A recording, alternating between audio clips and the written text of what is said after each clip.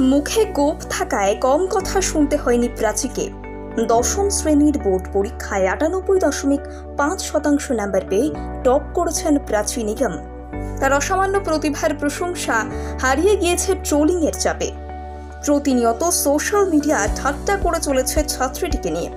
প্রাচীর ভালো স্কোর, তার পড়াশুনো এবং কঠোর পরিশ্রম দেখে তার প্রশংসা করার পরিবর্তে সমাজের কিছু অংশ তার মুখে দৃশ্যমান চুল নিয়ে মজা করে চলেছেন। আর এবার চুপ করে থাকলেন না প্রাচী, কড়া ভাষায় দিলেন ট্রোলের জবাব।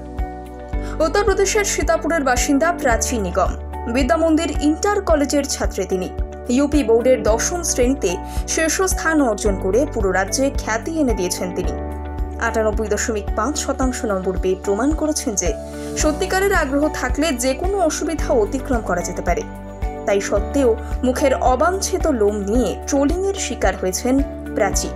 সোশ্যাল মিডিয়ায় তৈরি হওয়া মিমগুলি দেখে ছাত্রী এবং তার পরিবারের ভীষণ খারাপ লেগেছিল।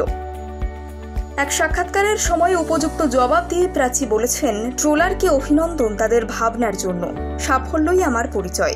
যারা মুখের অবাঞ্ছিত লোম নিয়ে মজা করেছেন তাদের উদ্দেশ্যে প্রাচী বলেছেন, আমি আমার লক্ষ্য অর্জন করেই ছাড়ব।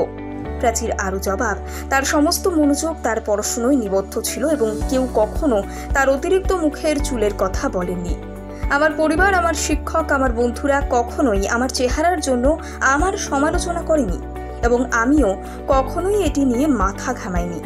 ফলাফলের পরে যখন আমার ছবি প্রকাশিত হয়েছিল তখন থেকেই সবাই ট্রোল করতে শুরু করে। তারপরেই এটি আমার দৃষ্টি আকর্ষণ করেছিল। আমার লক্ষ্য একজন ইঞ্জিনিয়ার হওয়া এবং শেষ পর্যন্ত যা গুরুত্বপূর্ণ তা হলো আমার নম্বর, আমার মুখের চুল নয়।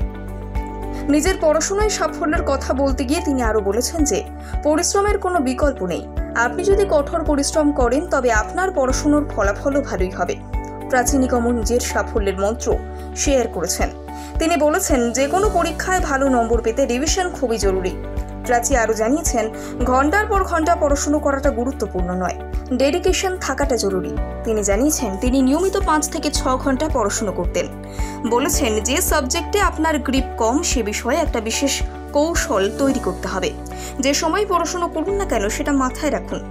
আপনি যদি কঠোর পরিশ্রম করেন তবে আপনি অবশ্যই সফলতা পাবেন।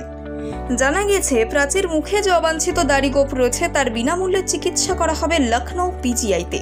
পরিচালক অধ্যাপক ডক্টর RK ধীমান বলেছেন, মেয়েদের দাড়িগোঁফের কারণ হতে পারে টেস্টোস্টেরনের ভারসাম্যহীনতা, স্থূলতা বা পরিবারের কারো ডায়াবেটিস।